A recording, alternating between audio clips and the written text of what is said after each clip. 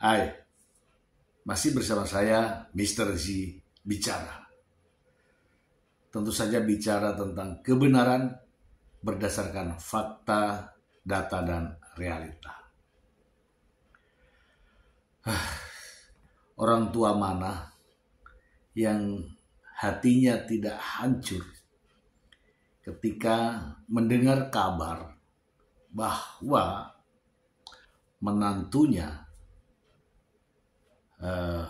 sudah menalak putrinya, gitu ya. Mbak Imbong sudah mengajukan talak, gugat cerai juga di Pengadilan Agama Jakarta Selatan.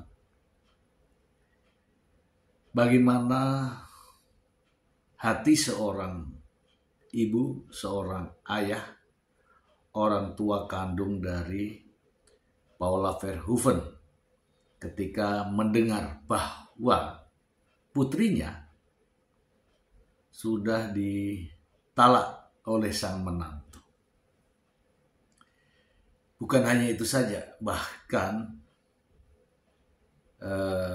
Mbak Imbong juga mengatakan bahwa saya memberikan nafkah kepada mertua gitu ya, pada mertua, orang tua dari Paula Verhoeven, melebihi nafkah yang diberikan kepada orang tuanya sendiri. Itu terucap langsung dari Mbak Imbong. Bahkan Mbak Imbong juga mengatakan bahwa saya juga memperkerjakan adik-adiknya di kantornya. Bahkan mengajari membuat YouTube. Gitu ya. Ini semua terucap oleh Mbak Imbong. Ya, saya rasa itu sengaja diucapkan agar orang tua dan saudara-saudara Paula tahu apa yang disampaikan itu. Saya mencoba untuk mendalami ya, bagaimana sebagai orang tua mendengar pernyataan menantu seperti itu. Pernyataan ini ya, yang pertama terkait dengan Paula ya, tudingan Paula Verhoeven selingkuh. Orang tua Paula Verhoeven, Eddie Verhoeven dan juga Herlina T. Verhoeven, jelas mendengar pernyataan itu tidak enak. Ya, namanya juga orang tua ya. Perasaannya pasti begitu sakit. Putrinya dituding selingkuh oleh menantunya. Bahkan tudingan itu bukannya disampaikan langsung kepada orang tuanya, Eddie Verhoeven dan Herlina, tetapi justru disampaikan lewat media.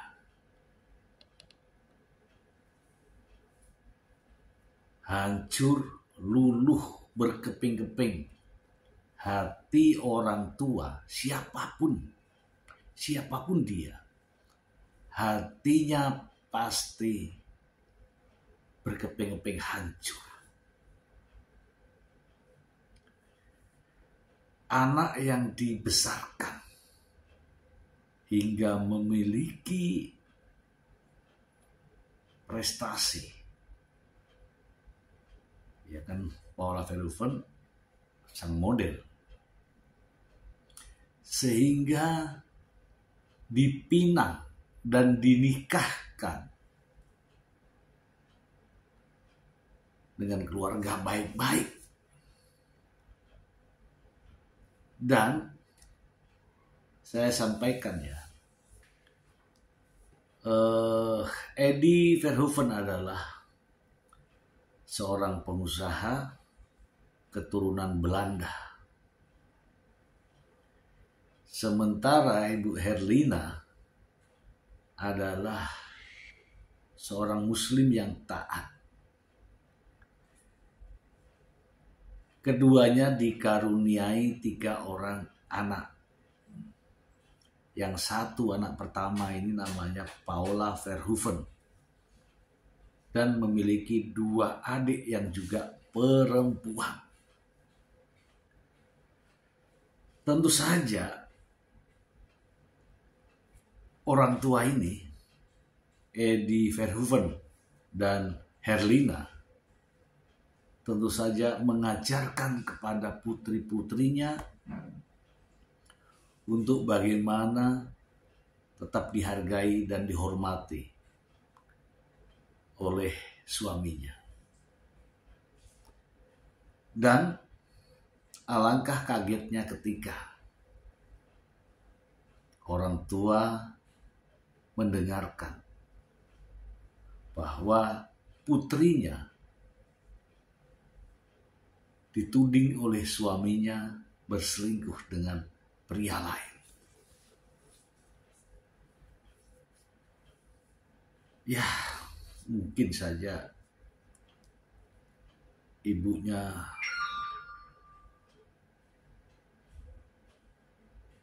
sakit hati. Dan mungkin juga papahnya, Eddie Verhoeven, tak percaya sampai menantunya menuduh putrinya selingkuh. Apalagi ketika diungkit persoalan yang terkait dengan nafkah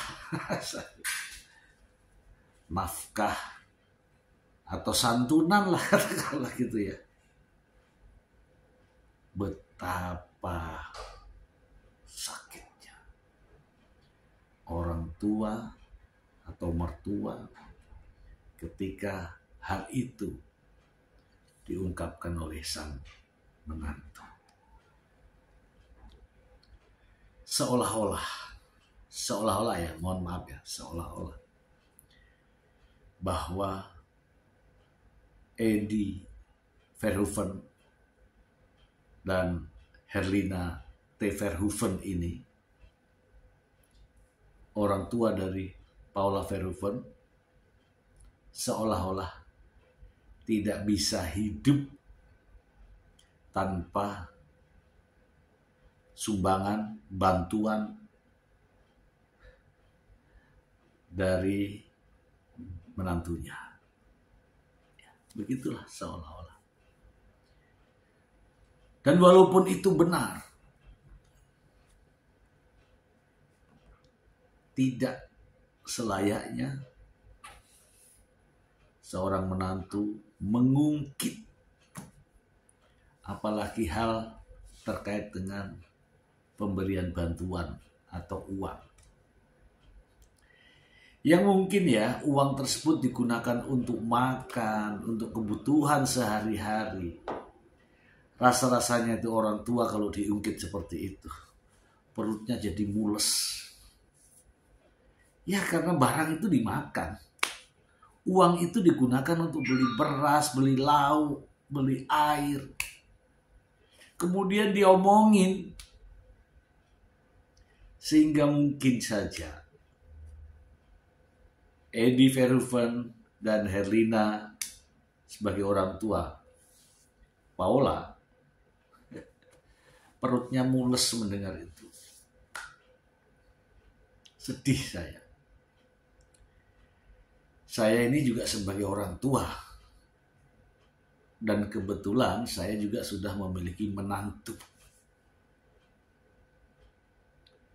Saya itu mencoba ya, merasakan bagaimana kira-kira seandainya menantu saya mengatakan seperti itu. bahwa aku ini dikasih uang, dinafkain lebih banyak, terus diungkapkan di khalayak ramai, di publik.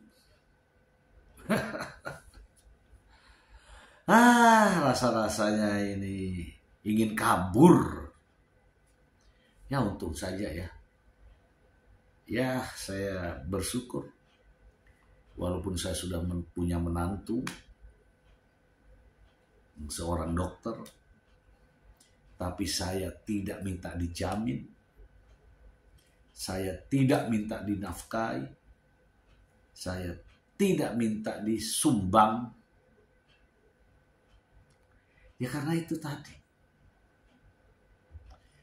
Tapi saya mencoba ikut juga merasakan bagaimana rasa perasaan orang tua ketika menantu mengucapkan kalimat-kalimat seperti itu. Justru di depan awak media. Ini benar. Bukan main-main. Saya berpikir bahwa itu yang ngomong itu bukan Mbak Im Wong. Saya berharap bahwa yang bicara itu bukan Mbak Im Wong. Yang selama ini kita kenal sebagai seorang yang suka memberi. Ternyata memberikan nafkah, sumbangan, bantuan, donasi kepada mertuanya diungkit, bahkan dibicarakan lewat media. Ini menyedihkan. Seandainya saya yang dikasih begitu oleh menantu saya, mungkin hancur perasaan saya.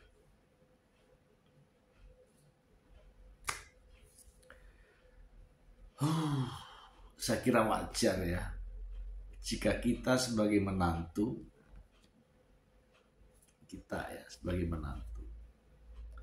mengangkat derajat keluarga istri, memperkerjakan, memberikan sesuatu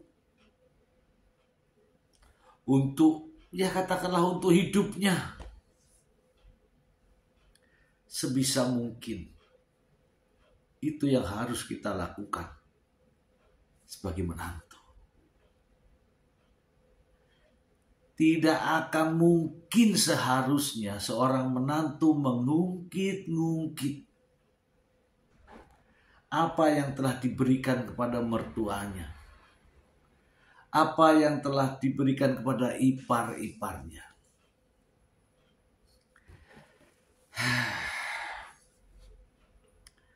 Saya tidak sangka bahwa orang yang saya lihat sebagai sosok public figure yang mungkin dikenal banyak orang, bahkan dikenal seluruh Indonesia sebagai orang baik. Bahkan Mbak Im Wong juga mengatakan dalam kesempatan itu, katanya, mungkin saya orang yang dipuja-puja oleh semua orang, tetapi saya dikatakan pelit oleh satu orang, yaitu istri saya. Itu kata Mbak Im Wong. Saya jadi ingat ya, ada kata pepatah mengatakan, untuk menanyakan kebaikan suami, tanyakanlah pada istrinya. Untuk mengetahui karakter sang suami, tanyakanlah pada orang tuanya. Jadi wajar kalau istri mungkin ya mengatakan bahwa Mbak Imbong pelit. Istri loh. Karena mungkin sedang minta sesuatu nggak dikasih. Mungkin. Dan itu juga bukan semata-mata menuduh bahwa itu pelit. Ya karena ada sesuatu yang diinginkan tapi belum diberikan sehingga mengatakan pelit. Dan tidak disampaikan kepada semua orang. Tidak disampaikan kepada khalayak ramai. Hanya disampaikan kepada sang suami. Saya kira itu wajar. Tetapi ketika pemberian terhadap mertua, kebaikan hati terhadap iparnya, memberikan bantuan kepada orang tua dan juga kepada iparnya untuk sekedar makan misalnya, lantas itu diungkit, perasaan orang tua sangat sakit. Ya, kalau hanya sekedar untuk makan, kemudian diomongin, ya secara kasarnya begini. Lulu pade bisa hidup gara-gara gue, gitu. Ya, kata kasarnya begitu. Kamu semua ini bisa hidup enak karena bantuan saya, gitu kan?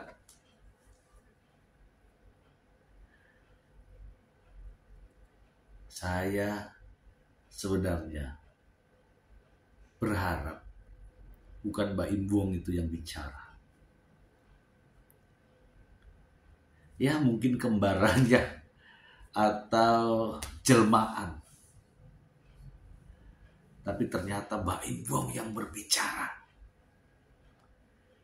Ternyata Mbak Imbong mengungkit-ungkit telah memberikan sesuatu kepada mertuanya. Dan juga kepada iparnya. Berbuat baik tetapi diomong-omongin, apalagi di depan media. Sungguh itu yang tidak diharapkan. Bagaimana jika Anda sebagai orang tua Paula? Bagaimana jika Anda sebagai bapaknya Paula? Bagaimana jika Anda sebagai ibunya Paula? Bagaimana perasaan Anda? Kalau di depan muka kita mungkin ya masih bisa lah sambil senyum-senyum ya. Tapi di depan awak media sehingga ramai diperbincangkan di semua platform media. Dan itu diucapkan dari mulut seorang public figure yang selama ini kita agung-agungkan, kita puja-puja, kita berikan support dan dukungan.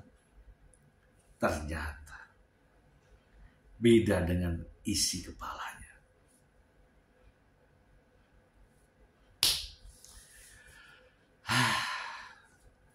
Sebaiknya berpikir 2 kali ketika kita sebagai orang tua menerima bantuan dari menantu yang pada akhirnya ketika mereka ada masalah kita yang diikut-ikutkan. Aduh. Mohon maaf ya untuk Mbak Imbong. Seberapa banyak yang Anda sudah keluarkan untuk